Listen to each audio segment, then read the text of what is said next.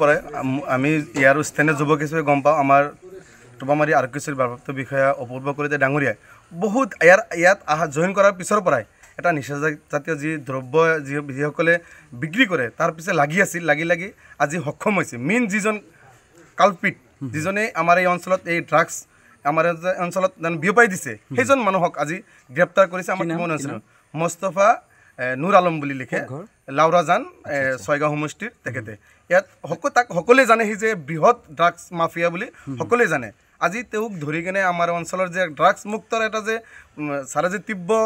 কৰি আছে এইটো যে কমপ্লেইন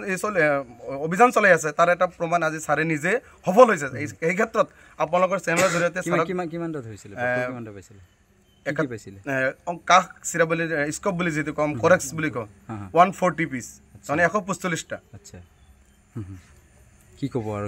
আৰক্ষী বিষয়াক আপোনালোকৰ এই চেনেলৰ জৰিয়তে বহুত ধন্যবাদ জ্ঞাপন কৰিছোঁ ইয়াৰ কিছুদিন আগতেও আমাৰ এই অঞ্চলৰ পৰা 4জন যুৱকক কাৰায়ত্ব কৰিছিল আজি সেই 4জনৰ মূল মানুহজন আমি ক'ব গ'লে যে মূল মানুহজন এই অঞ্চলত যিজন ড্ৰাগছ বিয়পাই দিছে সেই মূল মানুহজনক আজি ছাৰে ধৰিছে আৰু ছাৰে কাৰায়ত্ব কৰিব পাৰিছে আমি এই অঞ্চলৰ যুৱক হিচাপে আমাৰ অপূৰ্ব কলিতা ছাৰক ধন্যবাদ জ্ঞাপন কৰিছোঁ আৰু এই অভিযান আৰু চলাই যাবলৈ তীব্ৰ ছাৰক অনুৰোধ জনাইছোঁ লগতে আমিও ছাৰক পাৰে যিমান পাৰোঁ সহায় কৰিবলৈ ছাৰক এই চেনেলৰ জৰিয়তে ছাৰক আশা দিব বুলি বিচাৰিছোঁ